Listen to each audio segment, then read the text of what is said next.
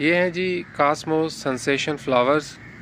प्यारा फूल होता है, बहुत आसान है ये उगाना। सीड से डायरेक्टली इसके जो बीज होते हैं वो लगाए जा सकते हैं। इसमें कलर रेंज खूबसूरत, सफ़ेद इसका देखिए प्योर वाइट कलर। ये इस तरीके से इस कलर रेंज में आते हैं। कुछ जो फ्लावर्स होते हैं वो गहरे शेड में आते हैं। इनको हमने 14 इंच के गमले में ग्रो किया हुआ है। ये प्लास्टिक का गमला है। जो पौधे थे हमारे उनकी हमने इस तरीके से शुरू में कटिंग की थी, ऊपर से ये कट किया था, तो जो नई ब्रांचेस हैं वो ज़्यादा निकली हैं। कोशिश थी कि जितने भरा हुआ गमला हो और अच्छे फूल आए।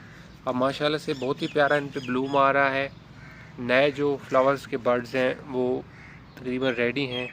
ये भी साथ साथ ओपन होते रहेंगे। प्यारा फूल है, इजी टू ग्रो है, कास्मोस सेंसेशन फ्लावर।